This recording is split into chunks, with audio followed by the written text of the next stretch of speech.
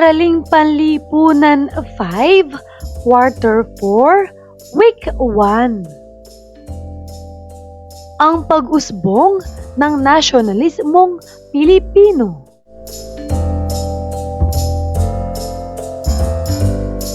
Revised K-12 curriculum with me, Teacher KMT.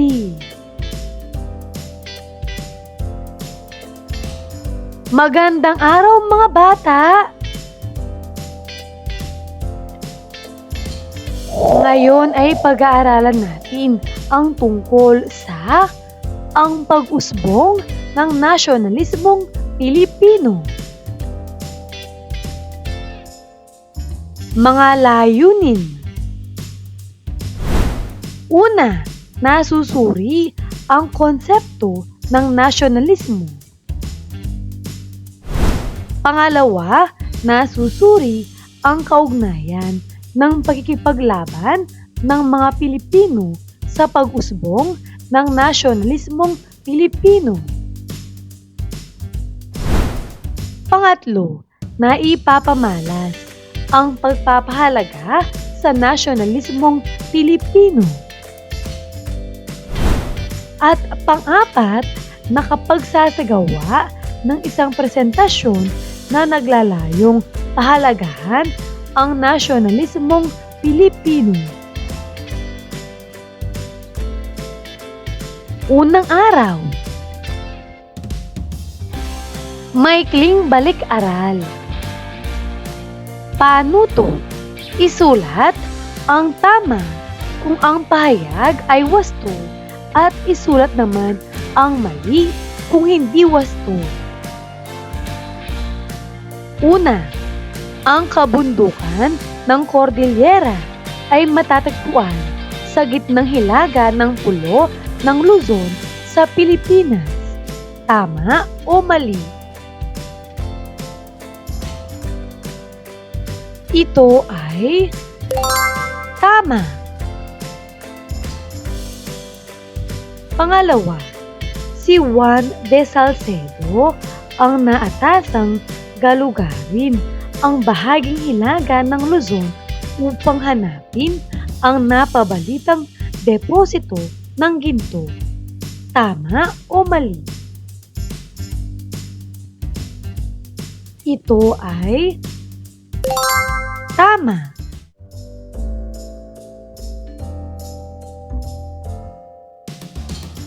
Pangatlo, nagtagumpay ang mga Espanyol sa kanilang tangkang pananakop sa Cordillera. Tama o mali? Ito ay mali.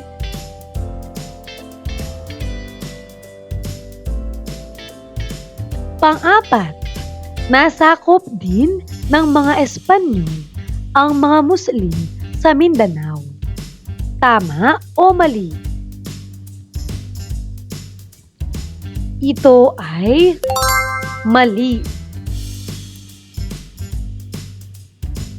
Panglima, mayroong 3 naitatag na sultanato sa Mindanao pagsapit ng ika-16 na siglo. Ito ay ang sultanato ng Sulu, Maguindanao at Buwayan. Tama o mali? Ito ay tama.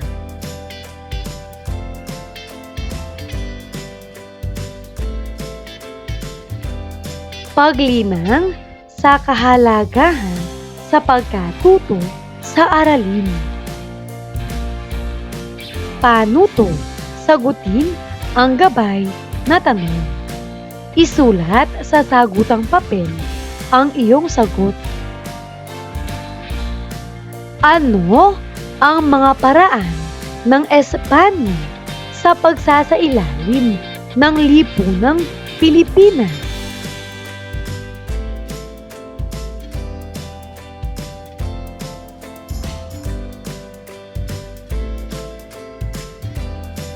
Paghawan ng bokabularyo sa nilalaman ng aralin. Gawain bilang isa. Subukin natin. #susing salita ng aralin. Paano to? Isaayos ang mga pinaghalo-halong mga titik sa bawat bilang upang mabuo ang tamang salita. Isulat ang sagot sa inyong kwaderno o sa inihandang espasyo sa sagutang papel.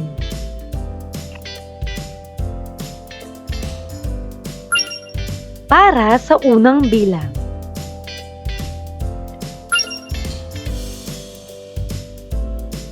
Ito ang pagpapakita ng pagmamahal sa bansa. Ano ang tamang sagot? Ito ay nasyonalismo. Pangalawa, ito ay kasing kahulugan ng paghimagsik. Ano ang tamang sagot?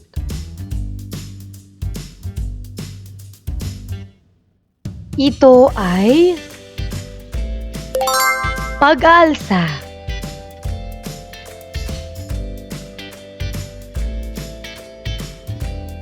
Pangatlo,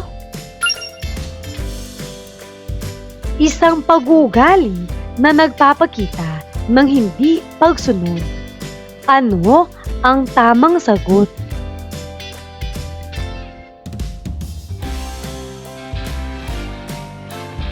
Ito ay rebelde.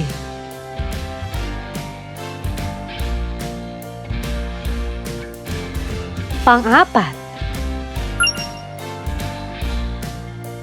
ito ay isang pagkilos o pagsasalita na sobra sa nararapat. Ano ang tamang sagot?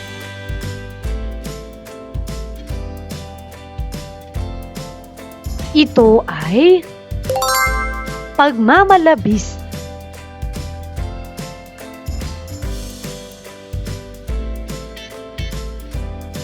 Unang aralin. Pag-usbong ng nasyonalismong Pilipino. Pagprosesong pag-unawa. Naging masigasig ang mga Espanyol sa pagpapalaganap ng kolonyalismo sa Pilipinas. Ginamit nila ang Kristyanismo at iba't ibang mga patakaran tulad ng reduksyon, polo y serbisyo, tributo, at ang sistemang enkomienda upang mapasunod ang mga katutubong Pilipino at mapasailalim sa kapangyarihan nito.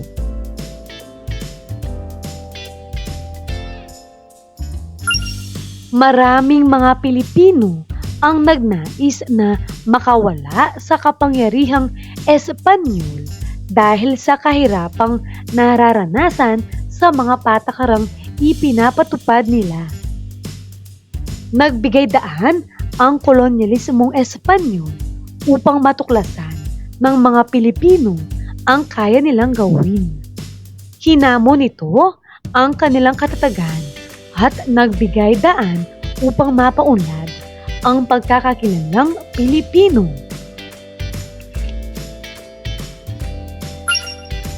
Ang nasyonalismo ay isang ideolohiyang politikal na lumaganap sa bansang England noong ika-18 siglo kung saan ang pagkakakilanlan ng isang tao ay kaniyang ibinabatay o ibinabahagi sa bansang pinagmulan o ibinahagi sa bansang pinagmulan o sinilangan. Ito ay ayon kay Gabuat et al. 2016. Ito ay ipinamalas ng mga sinaunang Pilipino sa panahon ng pananakop ng kolonyalismong Espanyol na kung saan buong tapang nilang nilabanan ang mga mananakop na Espanyol sa kabila ng kanilang kakulangan sa armas at kasanayan.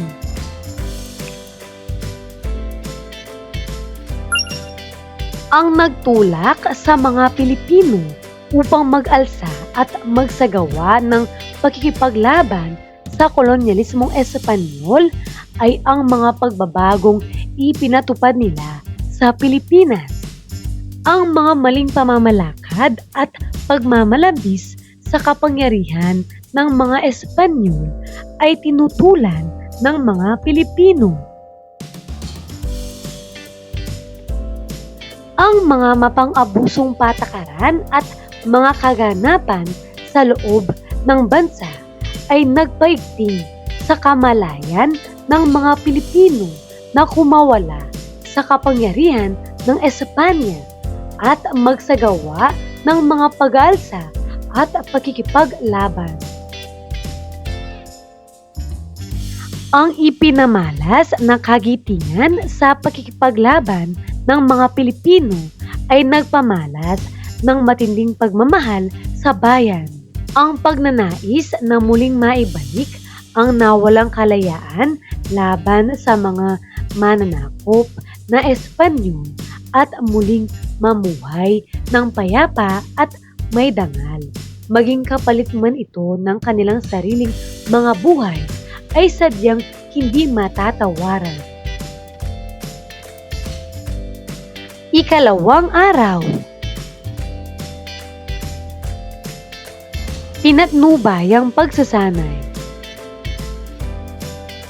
Gawain bilang 2. Pamprosesong mga tanong. #I understand. Paano to? Sagutan ang mga sumusunod na katanungan at isulat ang sagot sa sagutang papel. Una, ano ang nasyonalismo? Magaling! Ang nasyonalismo ay ang pagmamahal at matinding pagpapahalaga sa sariling bansa. Ito ay nagudyok sa mga mamamayan na ipagtanggol ang kanilang kalayaan at kultura. Layunin nitong mapasulong ang kapakanan ng buong bansa. Pangalawa, sa iyong palagay, ano ang naging bunga ng mga pang-aabuso ng mga Espanyol sa mga sinaunang Pilipino?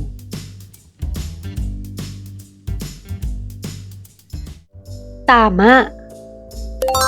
Nagbunga ang mga pang-aabuso ng Espanyol ng matinding galit at hindi pagkakasundo sa mga sinaunang Pilipino. Dahil dito, marami ang nag-alsa at nanindigan laban sa kolonyal na pamamahala. Naging mitsa ito ng pag-usbong ng nasyonalismong Pilipino. Pangatlo, ano ang ipinamalas ng mga sinaunang Pilipino nang kanilang kalabanin ang mga mananakop na Espanyol? Magaling! Ipinamalas nila ang tapang, pagkakaisa at pagmamahal sa bayan. Gawain bilang 3. Pag-isipan mo. #I interpret. Paano to? Bigyan ng interpretasyon ang imahe sa ibaba at isulat sa sagutang papel.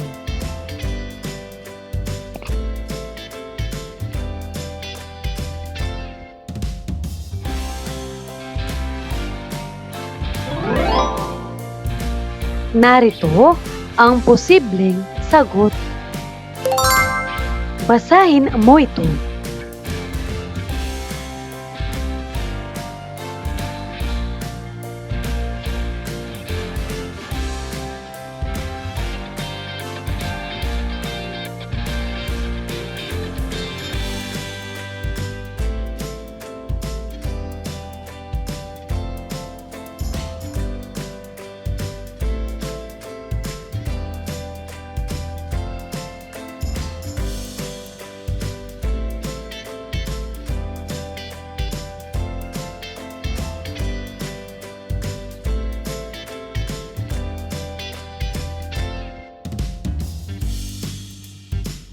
Ikatlong araw.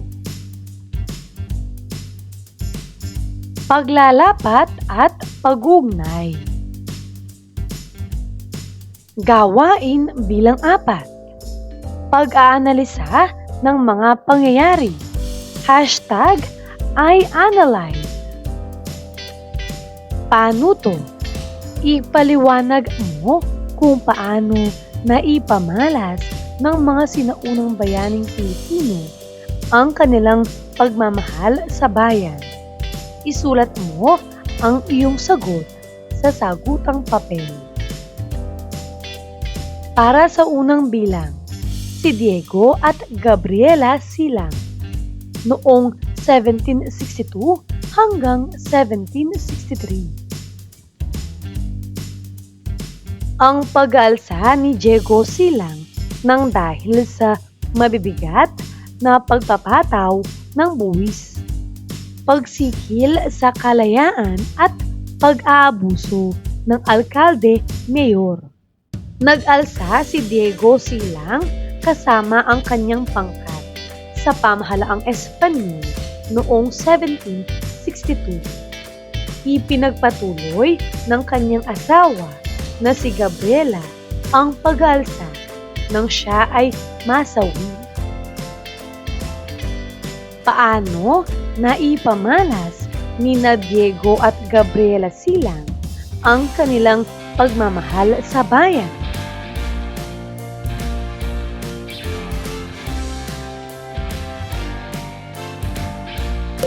Narito ang posibleng sagot.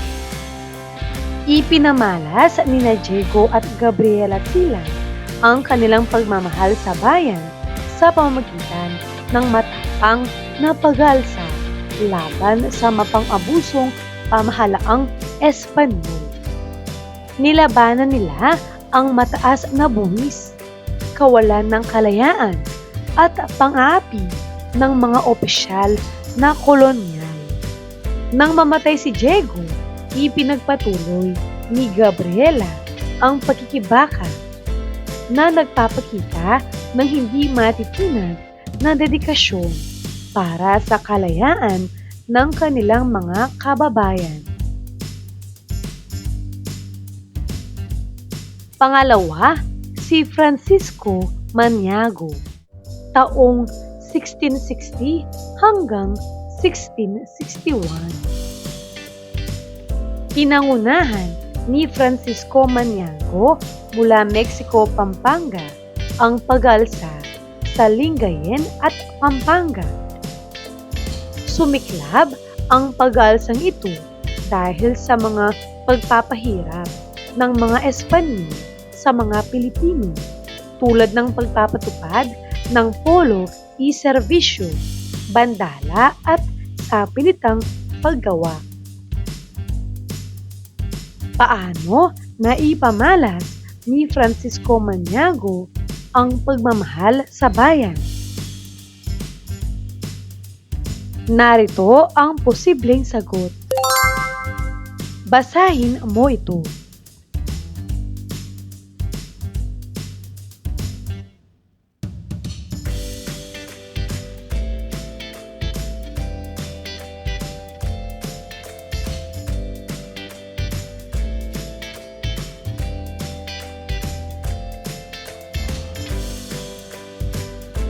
Pangatlo, si Juan Sumuroy, taong 1649 hanggang 1650.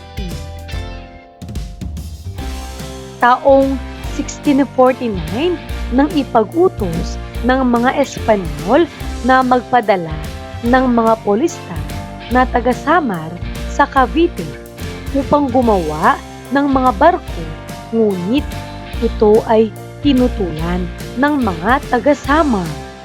Sa pamumuno ni Juan Ponce Sumuroy, lumaban sila sa mga Espanyol. Sinunog nila ang mga simbahan at namundok bilang mga rebelde.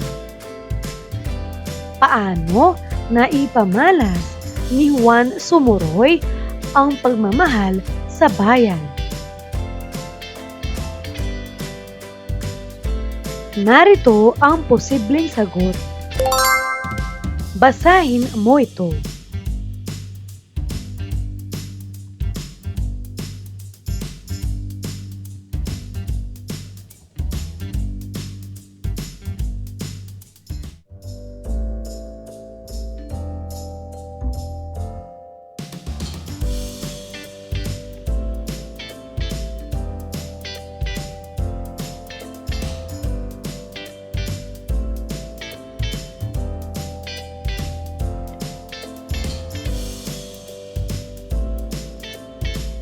Gawain bilang 5. Pagbibigay ng saloobin. Hashtag #IOutLive. Paano to?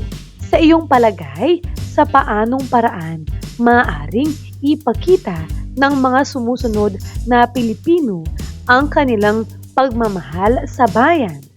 Isulat ang iyong sagot sa sagutang papel.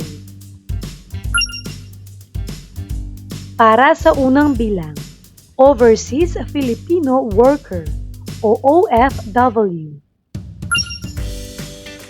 Sa paanong paraan maaring ipakita ang kanilang pagmamahal sa bayan?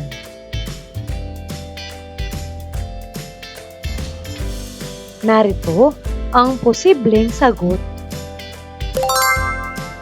Maipapakita ng OFW ang pagmamahal sa bayan sa pamamagitan ng pagsusumikap na makatulong sa kanilang pamilya at ekonomiya ng Pilipinas. Maaari rin silang magtaguyod ng mabuting pangalan ng bansa sa pamamagitan ng maayos na pakikitungo sa ibang lahi. Sa pagbabalik nila, maaari silang magbahagi ng kaalaman at karanasan upang makatulong sa pagunlad ng komunidad. Pangalawa, politiko. Paano o sa paanong paraan nila maaaring ipakita ang kanilang pagmamahal sa bayan?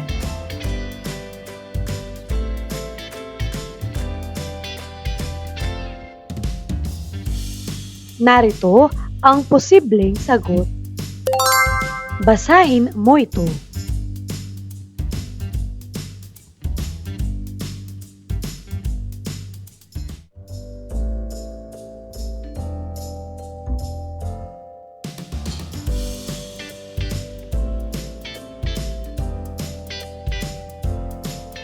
Pangatlo, health workers.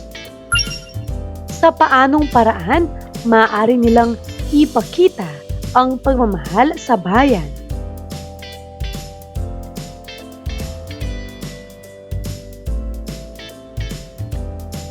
Narito ang posibleng sagot. Basahin mo ito.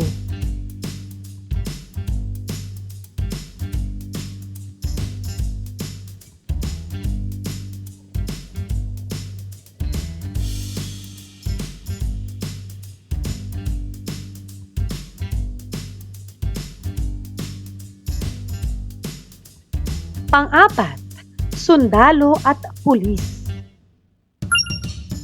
Sa paanong paraan kaya nila maaaring ipakita ang pagmamahal sa bayan?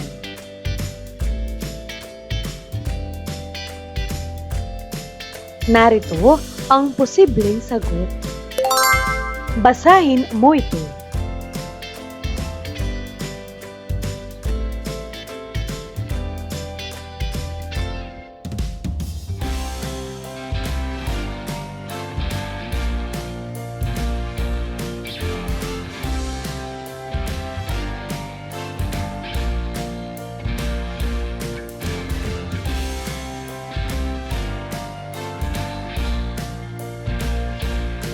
Panglima, guro at mag-aral.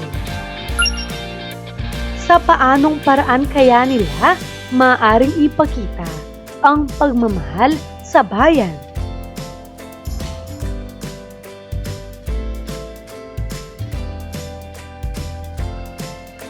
Narito ang posibleng sagot. Basahin mo ito.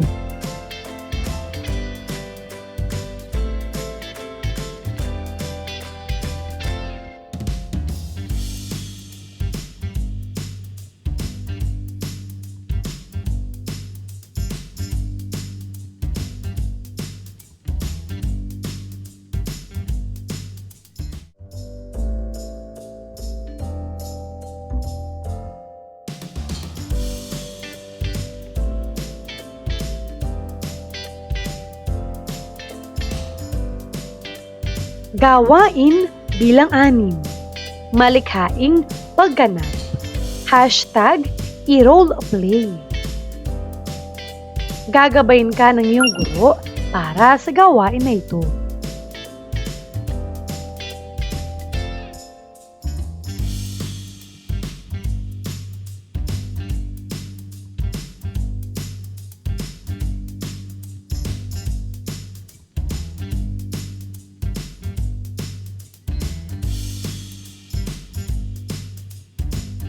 Ika-4 na araw. Pabaong pagkatuto. Gawain bilang 7. Pagbubuod. Panuto. Unan ng angkop na salita ang mga patlang na lilinang sa paksang nakalahad. Piliin ang sagot sa loob ng kahon sa ibaba. Isulat ang sagot sa iyong sagutang papel.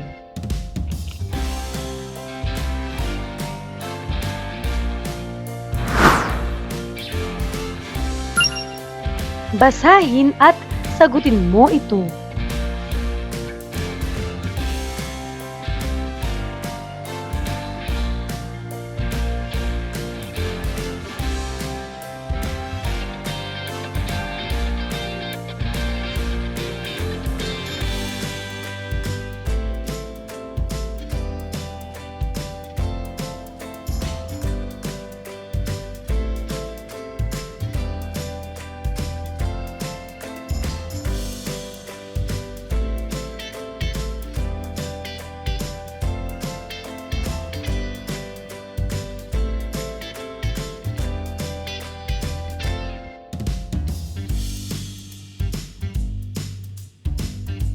Sagutin natin. Ang nasyonalismo ay isang ideolohiyang politikal na lumaganap sa bansang England noong ika-18 siglo kung saan pagkakakilanlan ng isang tao ay kaniyang ibinabatay o ibinabahagi sa bansang pinagmulan o ibinahagi sa bansang pinagmulan o sinilangan. Ito ay ayon kay Gabuat et al. Taong 2016. Ito ay ipinamalas ng mga sinaunang Pilipino sa panahon ng pananakop ng kolonyalismong Espanyol na kung saan buong tapang nilang nilabanan ang mga mananakop na Espanyol sa kabila ng kanilang kakulangan sa armas at kasanayan. Para sa kasunod na bahagi, basahin at sagutin mo ito.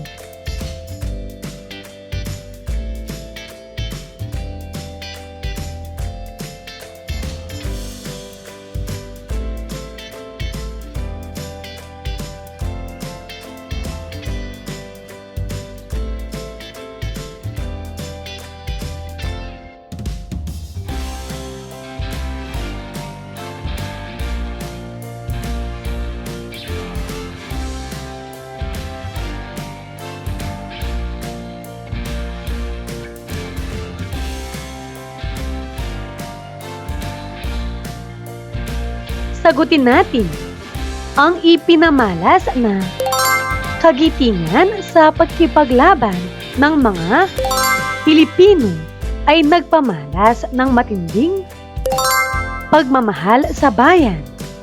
Ang pagnanais na muling maibalik ang nawalang kalayaan laban sa mga mananakop na Espanyol at muling mamuhay ng payapa at may dangal.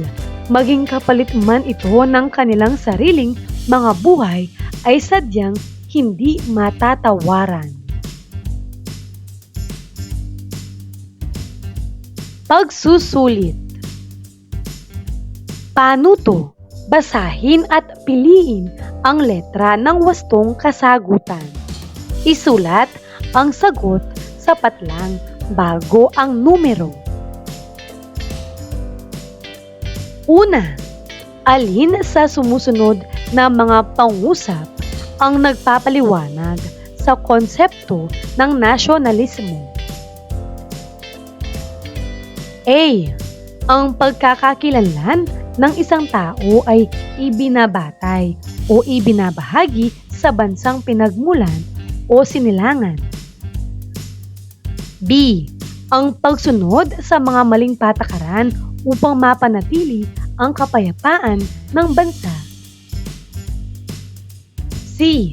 Ang paggawa ng maraming batas na kailangang sundin ng mga mamamayan. D. Ang pagbubuwis ng sariling buhay upang makamit ang katanyagang hinahangad. Ano ang tamang sagot?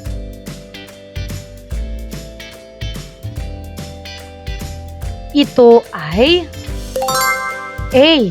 Ang pagkakakilanlan ng isang tao ay ibinabatay o ibinabahagi sa bansang pinagmulan o sinilangan. Pangalawa, paano ipinamalas ng mga sinaunang Pilipino ang nasyonalismo o ang pagmamahal sa bansa? A. Pagsasagawa ng mga pag-aalsa o pagkikipaglaban sa mga Espanyol. B. Pagsunod sa mga patakaran ng mga Espanyol. C. Pagbabayad ng buwis sa mga Espanyol. D. Paggalang sa mga pinunong Espanyol. Ano ang tamang sagot?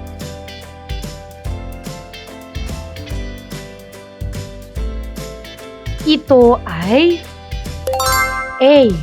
Pagsasagawa ng mga pag-aalsa o pagkikipaglaban sa mga Espanyol.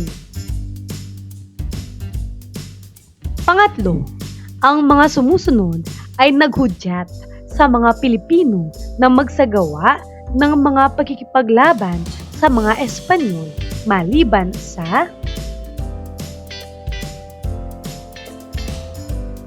A. Malupit na pamamalakad ng mga pinunong Espanyol. B.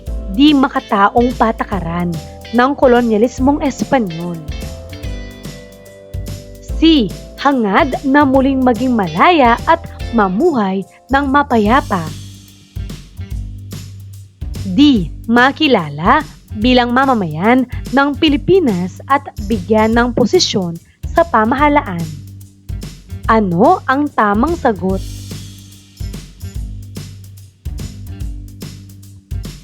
Ang tamang sagot ay D. Makilala bilang mamamayan ng Pilipinas at bigyan ng posisyon sa pamahalaan.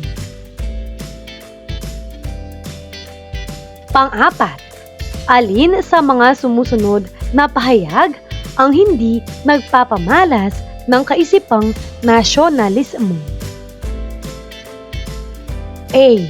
Pagtatanggol sa kalayaan ng bansa laban sa mga mananakop. B. Pangangalaga sa taglay na likas na yaman ng bansa. C. Pagsunod sa mga batas na umiiral sa bansa. D. Pagtangkilik ng mga produktong imported. Ano ang tamang sagot?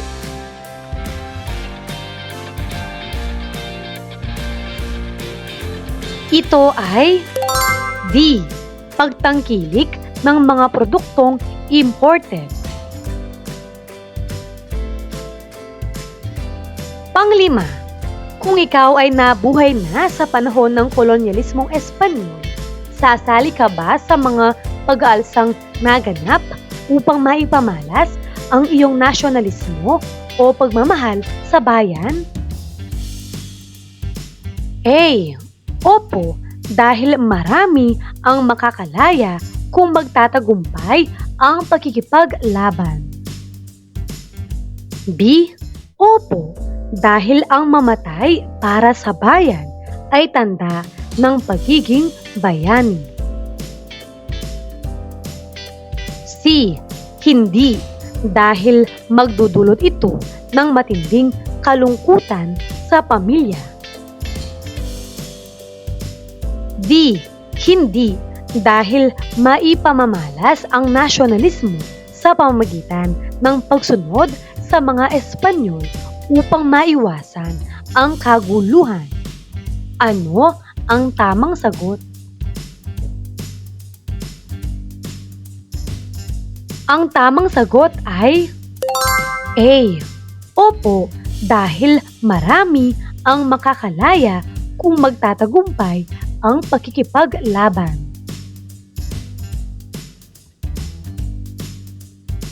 Mahusay mga bata!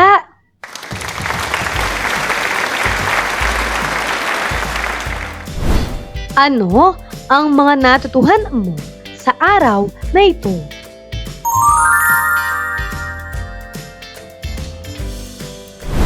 Ngayong araw na ito, natutuhan ko ang tungkol sa ang konsepto ng nasyonalismo, ang kaugnayan ng pakikipaglaban ng mga Pilipino sa pag-usbong ng nasyonalismong Pilipino, at ang pagpapahalaga sa nasyonalismong Pilipino.